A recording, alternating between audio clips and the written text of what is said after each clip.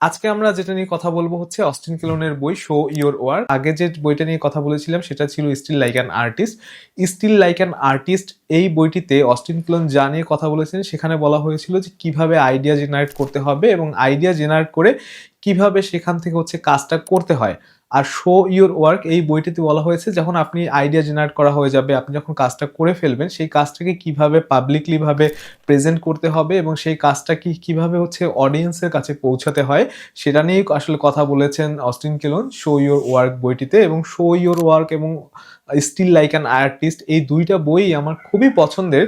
এই কারণে হচ্ছে কারণ বইগুলো খুব মজা করে লেখা হয়েছে। বইগুলোতে আসলে পড়তে গিয়ে মনে হয় না যে খুব ভারী কিছু পড়ছি। সেখানে অনেক ধরনের ছবি ব্যবহার করা হয়েছে, খুব ছোট ছোট কোটেশন ব্যবহার করা হয়েছে এবং যে ভাষাগুলো ব্যবহার করা হয়েছে বইয়ের খুবই সহজ এবং যে কেউ পড়ে বুঝতে পারবে এমন বই।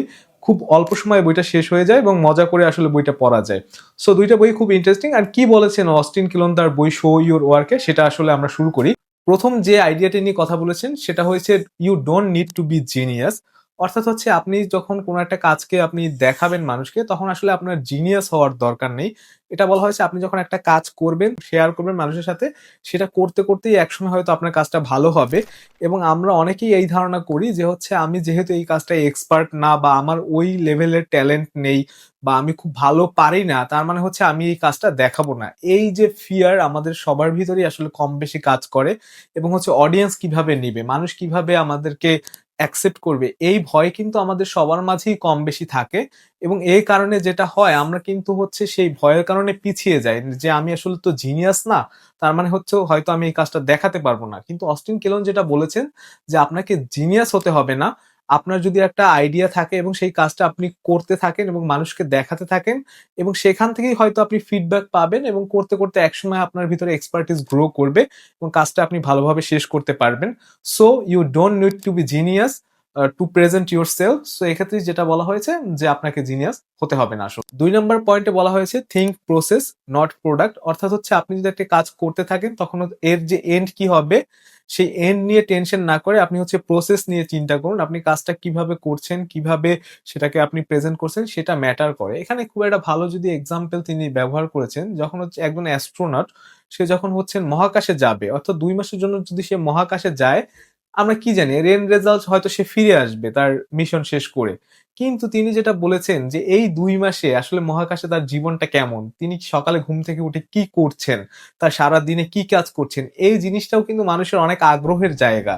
কারণ হচ্ছে আমরা যখন এই কাজটা এখানে করছি আমরা তখন কিন্তু সেটা খুব একটা ইন্টারেস্টিং হচ্ছে না, কিন্তু একজন মহাকাশে মানুষের জীবনটা কেমন কাটায় সেই জিনিসটা কিন্তু খুবই ইন্টারেস্টিং একটা ব্যাপার হয়ে যায়।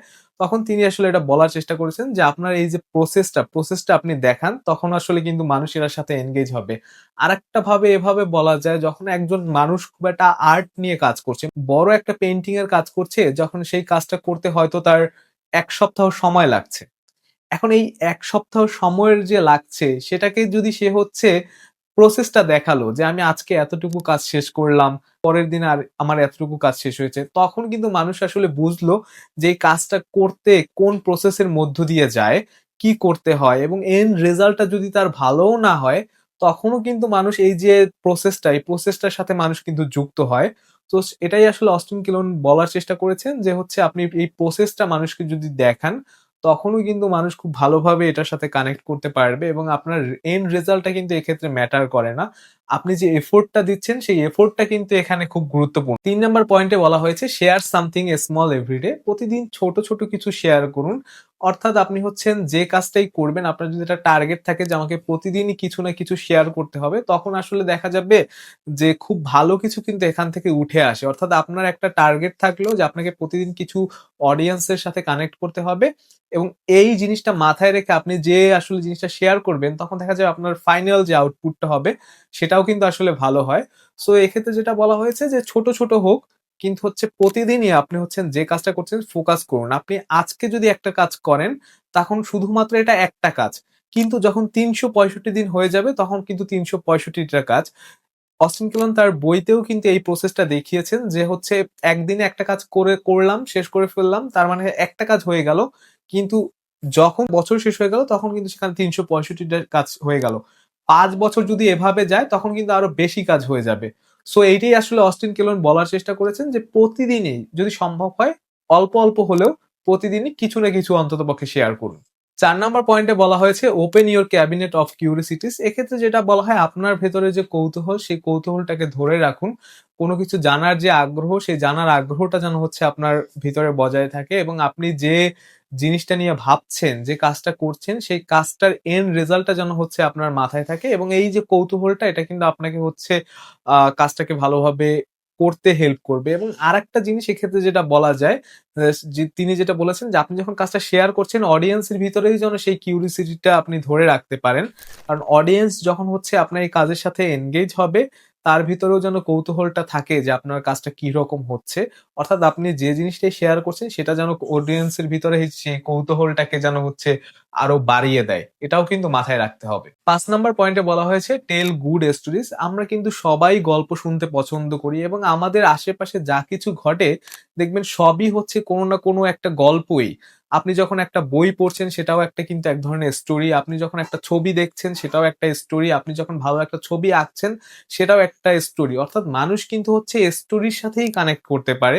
অর্থাৎ আপনি যে গল্পটা বলছেন, সেই গল্পটা হচ্ছে কিভাবে বলছেন, সেটা হচ্ছে মানুষকে কিন্তু হচ্ছে সেই আকর্ষণটা ধরে রাখা এবং সেই কাজটা করার জন্য কিন্তু হেল্প করে।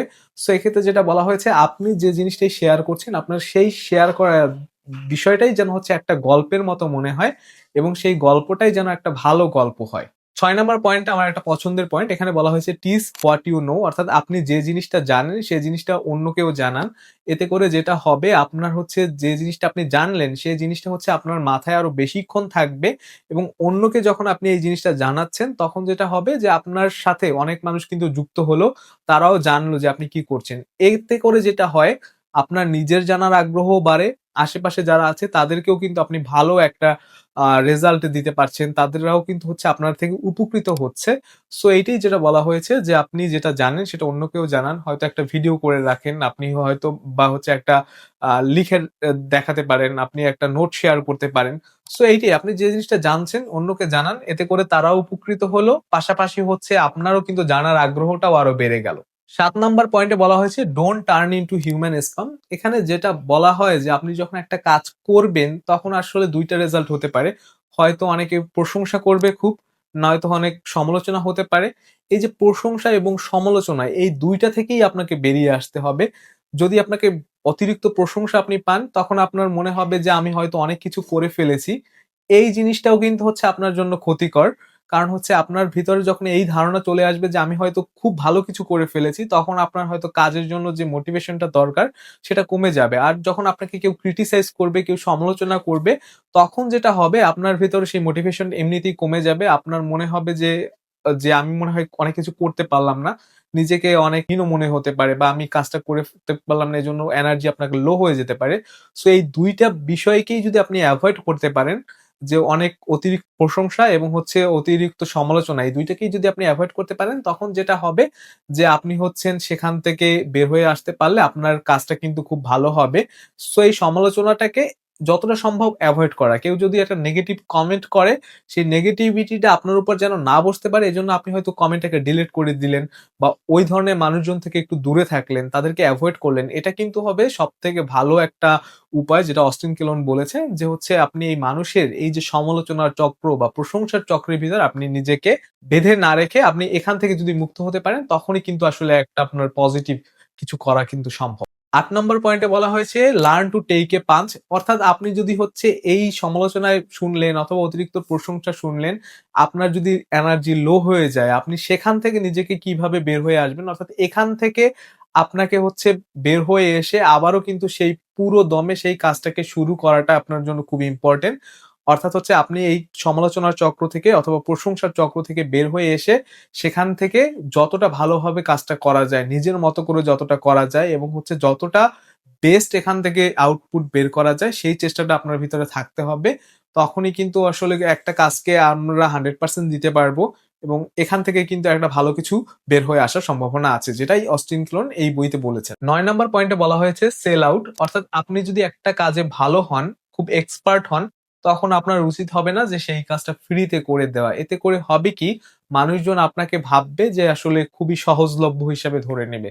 সো এক্ষেত্রে যেটা অস্টিন ক্লোন বলেছেন যে আপনি যদি একটা কাজে খুব এক্সপার্ট হন এবং সেই কাজটা যদি আপনার বিক্রির যোগ্য হয়, অর্থাৎ আপনি যদি এমন হন যে আপনি একটা কোর্স বিক্রি করতে পারেন, তখন আসলে যেটা উচিত হবে আপনার, এই জিনিসটাকে আপনার আসলেই বিক্রি করা উচিত হবে। এই জিনিসটাকে আপনার ফ্রিতে দেয়া উচিত হবে না।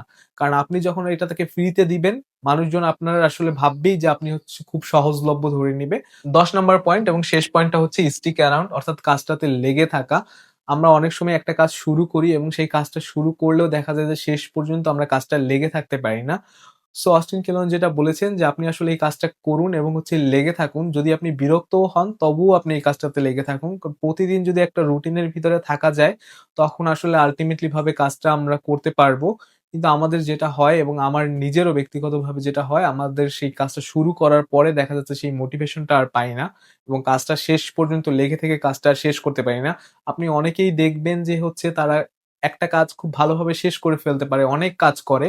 আবার এমনও আছে যে একটা কাজ নিয়েই অনেকদিন চলে যাচ্ছে, অনেক সময় চলে যাচ্ছে।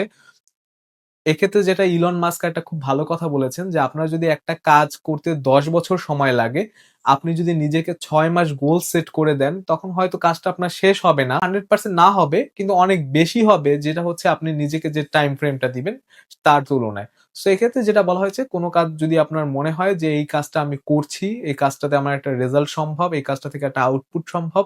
সো এই কাজটাতে আপনি লেগে থাকুন এবং লেগে থেকে হচ্ছে প্রতিদিনই কন্টিনিউয়াসলি ভাবে সেটা যদি আমরা ইমপ্রুভ করতে পারি, তখন দেখা যাবে যে আসলে ওই ফিল্ডে এক্সপার্ট হওয়াটা খুব কঠিন কিছু না। সো এই ছিল অস্টিন কেলনের বই 'শো ইউর ওয়ার্ক' এর ১০ টা পয়েন্ট এবং এই বইটা হচ্ছে আমি আগেও বলেছি যে বইটা খুব মজা করে লেখা হয়েছে এবং 'স্টিল লাইক অ্যান আর্টিস্ট' এর মতো এই বইটাও খুবই মজার লেখা এবং সহজ করে লেখা। সম্ভব হলে এই বই ২ টা কালেক্ট করে রাখতে পারেন এবং বই ২ টা থেকে আসলে কিন্তু অনেক কিছু শেখার আছে। যে জিনিসগুলো কিন্তু আমাদের প্রতিদিনের লাইফে আমরা অলরেডি জানি। কিন্তু অনেক সময় যেহেতু আমরা জানি, এ কারণে হয়তো আমাদের ওই জিনিসটার প্রতি খুব একটা আগ্রহ থাকে না। কিন্তু অনেক সময় যে জানা জিনিসটাতেই যদি আরো বেশি ফোকাস করা যায়, তখন দেখা যাবে সেখানের যে রেজাল্টটা আসে সেটা খুব ভালো একটা রেজাল্ট আসে এবং সেটা কিন্তু খুব ভালো একটা ফিডব্যাক দিতে পারে। So thank you everyone. এই ছিল হচ্ছে অস্টিন কেলনের ২ টা বই 'স্টিল লাইক অ্যান আর্টিস্ট' এবং 'শো ইউর ওয়ার্ক' নিয়ে ভিডিও।